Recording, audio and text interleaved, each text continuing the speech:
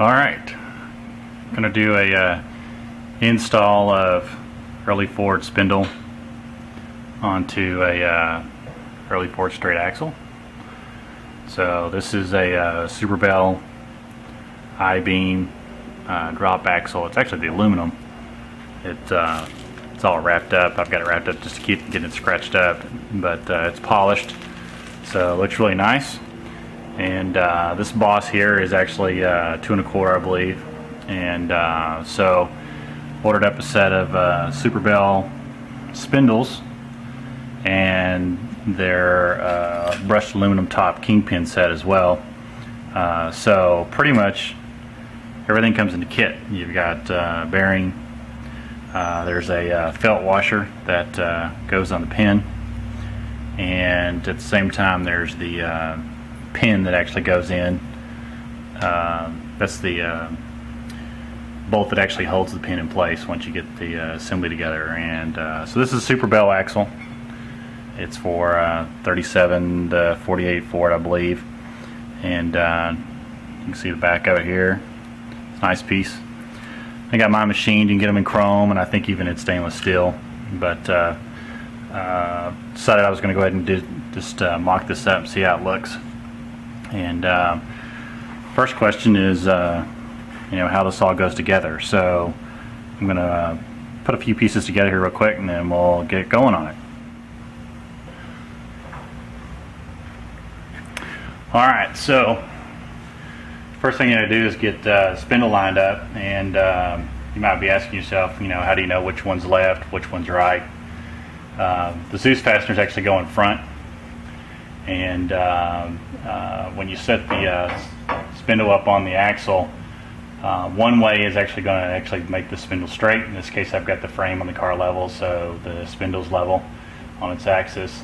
If you actually were to do it this way, it's going to turn the spindle up, so that's actually backwards. In fact, if you stick the kingpin in here, it's not going to go in, because as soon as you try and drop it down, obviously it's going to hit this bottom of the spindle here, and that won't work. So anyhow, basic setup is that spindle goes on, and then the kingpin, you want this felt washer, because that actually helps hold in the grease and the fittings.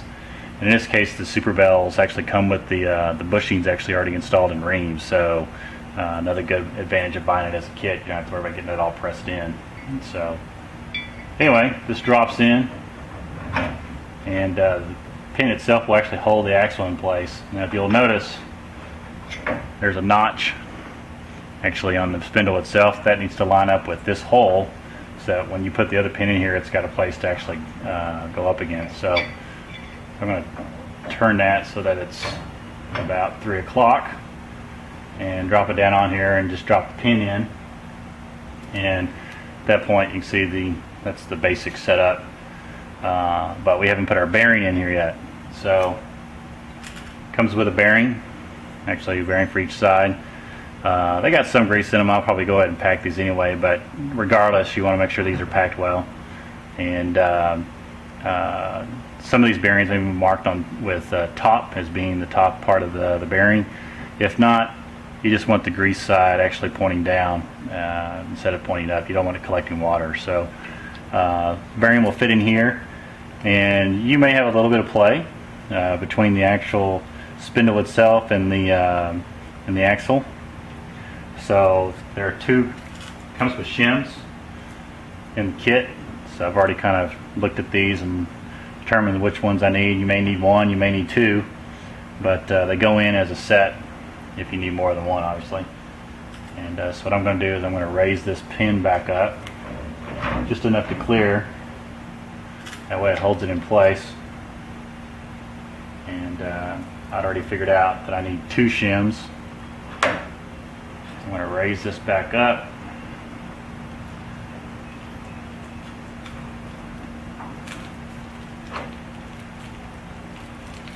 Actually, it's kind of tight. So, of course, I don't have any of this grease at the moment. I'm just dry fitting for now. Let's take one out just to make it easier for the moment.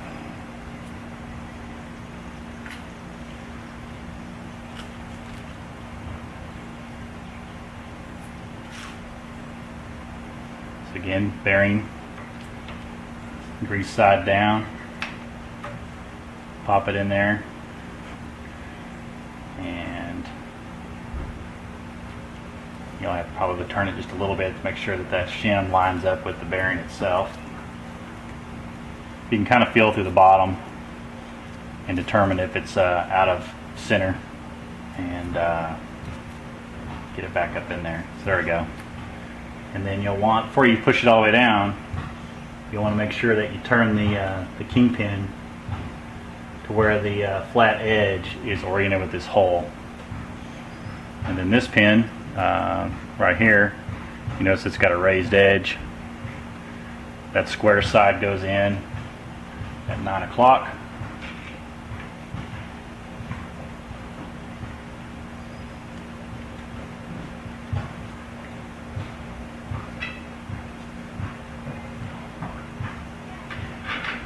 Goes in like that, and then you want to press this in. So don't hit it with a metal hammer, hit it with a dead blow or a brass, or with a brass punch or something. But once it's in there, it's going to be really snug. So you're going to want to probably put some anti-seize on these, in case you want to get it out a little later. It might help some.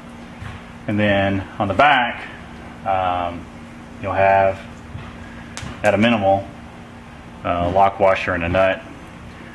Sometimes you can actually replace these nuts. They have some nice nuts that actually work as a spindle stop, so that it actually stops the spindle from turning.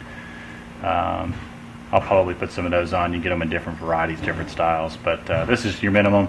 And then in my case, I'm probably going to actually put some of the new Loctite that actually is a tape around this pin here, so that it's actually got some blue Loctite on it as well. So there you go. There's an early Ford spindle. I'm not going to press all this in right now because I don't want to have to drop it back out, but that's the basic setup, and that should get you. Thanks.